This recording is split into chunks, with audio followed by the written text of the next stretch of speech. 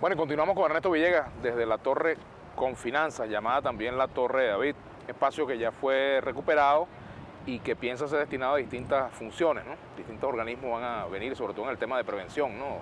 Bomberos, Bueno, Guardia Nacional, de acuerdo a lo que tú ya me has están dicho. presentes aquí funcionarios de la Guardia Nacional Sí, que están Bolivariana, custodiando al bomberos, menos.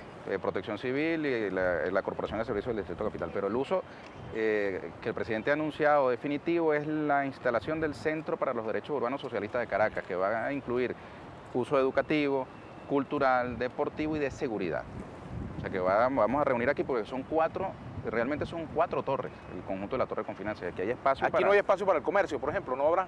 Seguramente sí, actividades socioproductivas que den además... Cines, por ejemplo, un cine que hace falta en esta zona. Bueno, fíjate tú, uno de los principios que tiene que tener cualquier edificación de esta naturaleza es que ella misma genere también los recursos para su costosísimo mantenimiento. ¿Ves? Porque esto está diseñado con una arquitectura capitalista, es decir, que tiene un alto consumo energético, fíjate tú, está revestida de vidrios.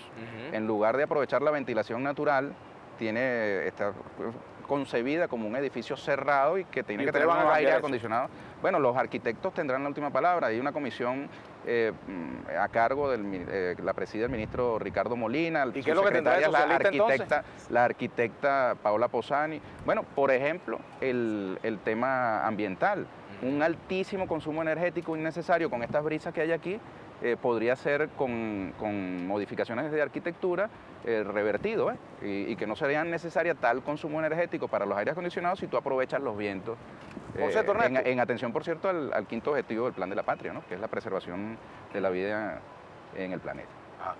Uno de los temas que rodeaba todo el misterio que representaba la Torre de David, para quienes no la conocíamos, era el de la seguridad, y se asociaba la inseguridad en la zona a la presencia de delincuentes en esta torre, ¿no? ¿Cuál era la verdad verdadera, por decirlo de manera redundante, en torno a ese tema aquí? De 4.500 personas, ¿cuántas personas pudiéramos decir que estaban asociadas a actividades delictivas? Bueno, fíjate tú. La verdad verdadera es que, como tú has dicho, eran 4.585 personas. Eso es un mundo. Todas esas 4.585 personas son una individualidad y cada una de ellas tenían sus medios de vida, sus hábitos, sus formas de relacionamiento con los demás. ¿Qué hicimos nosotros? Porque nosotros veníamos también con el mismo prejuicio. O sea, humanamente tú decías, bueno, tantas cosas que se han dicho, ¿qué será verdad? La misma pregunta que tú te estás haciendo. Ahora, cuando llegamos fue un impacto porque la verdad nos conseguimos con muchos niños, familias comunes y corrientes, en fin, al lado de esa, digamos, nube de leyendas y de prejuicios, había una realidad que estallaba en la cara, que es gente común y corriente. ¿Pero qué hicimos? Porque tampoco nosotros nos chupamos el dedo. Nosotros hicimos varios instrumentos que aplicamos en la Torre Confinanza, entre ellos el del SAIME.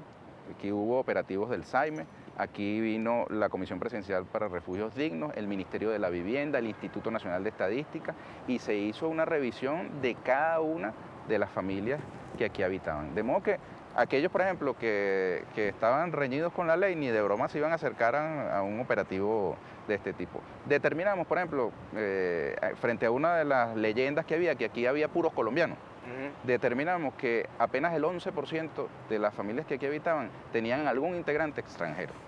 Eso fue un dato. Y aquellas personas que aparecían solicitadas por algún tribunal, se remitió el caso al Ministerio de Relaciones Interiores, Justicia y Paz, que revisó por completo toda la data, incluyendo algo que es cuestionable, ¿no? El tema de los antecedentes penales. Tú sabes, como la experiencia que tienes en defensa de los derechos humanos, aquella persona que cometió un delito y pagó por él, no tiene por qué pagar eternamente por ese delito, ¿no? Digamos que es un concepto cuestionable por los defensores de derechos humanos, esto de los antecedentes penales, porque no puedes vivir eternamente pagando esa culpa. Claro. Sin embargo, eso también se revisó para determinar, digamos, con quiénes estábamos tratando. En fin, hicimos una revisión exhaustiva. Para la labor de prevención y de reincorporación social, exactamente, ¿no? Que eso es necesario. Exactamente. Hay casos por cierto, personas que han cometido delitos y han pagado condenas que hoy son activistas, incluso en el campo de la oposición, y nadie les está recriminando eso, ¿no? En todo caso, de las 4.585 personas que aquí habitaban, la abrumadora mayoría pasó, como se dice coloquialmente, liso todas esas, digamos, revisiones que se hicieron. Y están hoy día habitando en urbanismo de la Gran Misión Vivienda Venezuela. Yo te digo, como te comenté al principio, en el tiempo en que esto era un hueco en la ciudad, ciertamente aquí ocurrió de todo. Ahora, en la medida en que la comunidad se fue estableciendo, comenzaron a haber reglas. Sobre todo, Vladimir, a partir del momento en que nosotros llegamos aquí.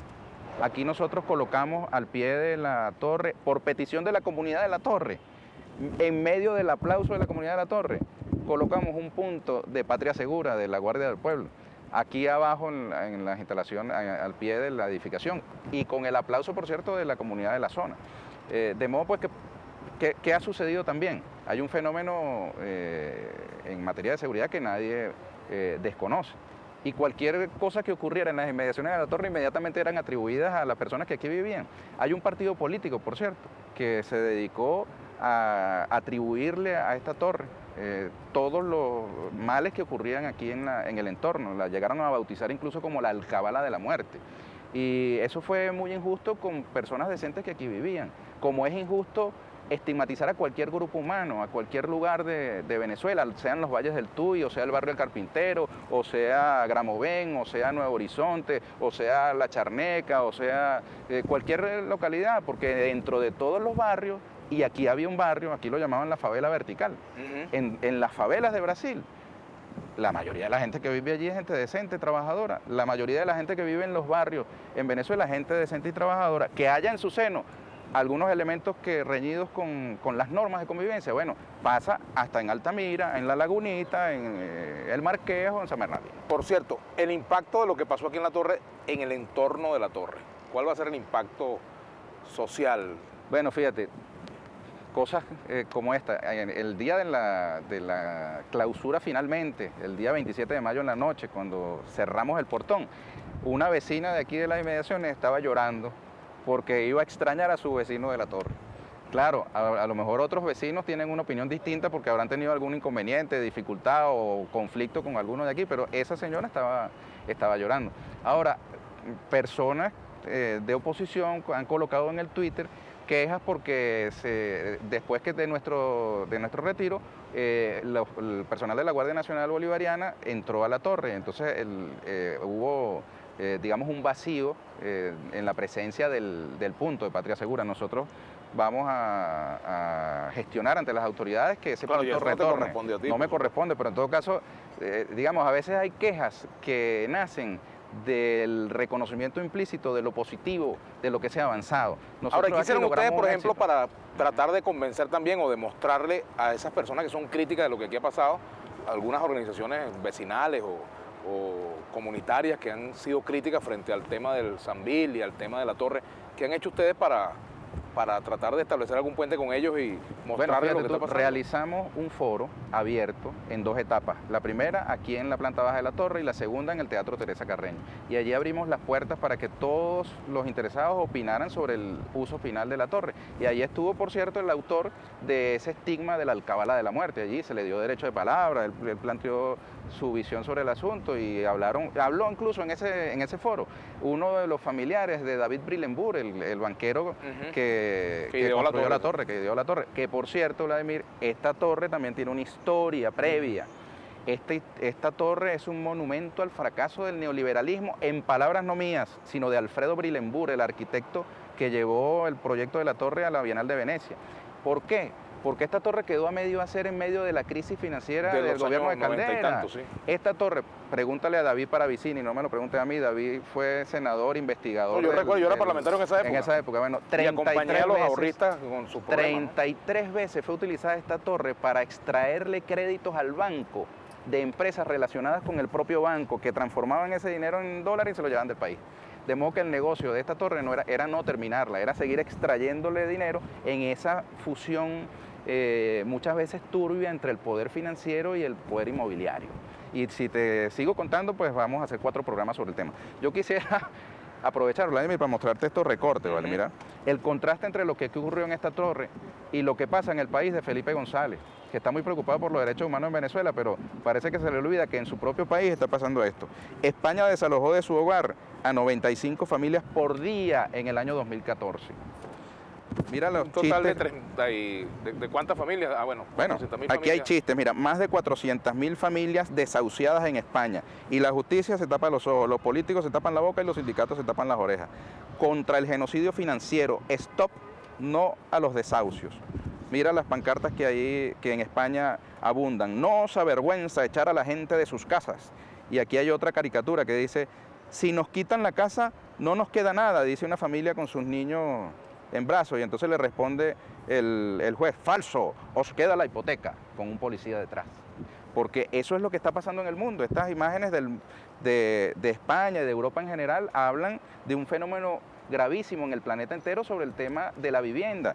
Hoy día la vivienda es un negocio más que un derecho humano. En Venezuela, con la Gran Misión Vivienda Venezuela, llevamos el camino exactamente al contrario, de reconocimiento del derecho de la gente a su vivienda, más allá de las consideraciones, digamos, mercantiles respecto del suelo urbano. Aquí hay familias que están habitando en lugares de Caracas, gracias a la Misión Vivienda Venezuela, que jamás hubieran podido imaginar vivir en la Avenida Libertador, por ejemplo, porque sencillamente no hubieran podido sufragar los costos Eso en España, del todos son suelo. costos de Hay España. uno, mira, aquí hay un caso en Grecia. Cuanta Mira más esto. casa vacía, más gente en la calle. Algo así. Mira, aquí dice, Más gente en la cuantas más casas vacías, más gente en la calle, de las protestas que este fenómeno ha generado en ese país. Y en Grecia, mira tú lo que dice esta nota, Grecia incendia su casa y arroja el coche por un acantilado antes de que fuera embargado.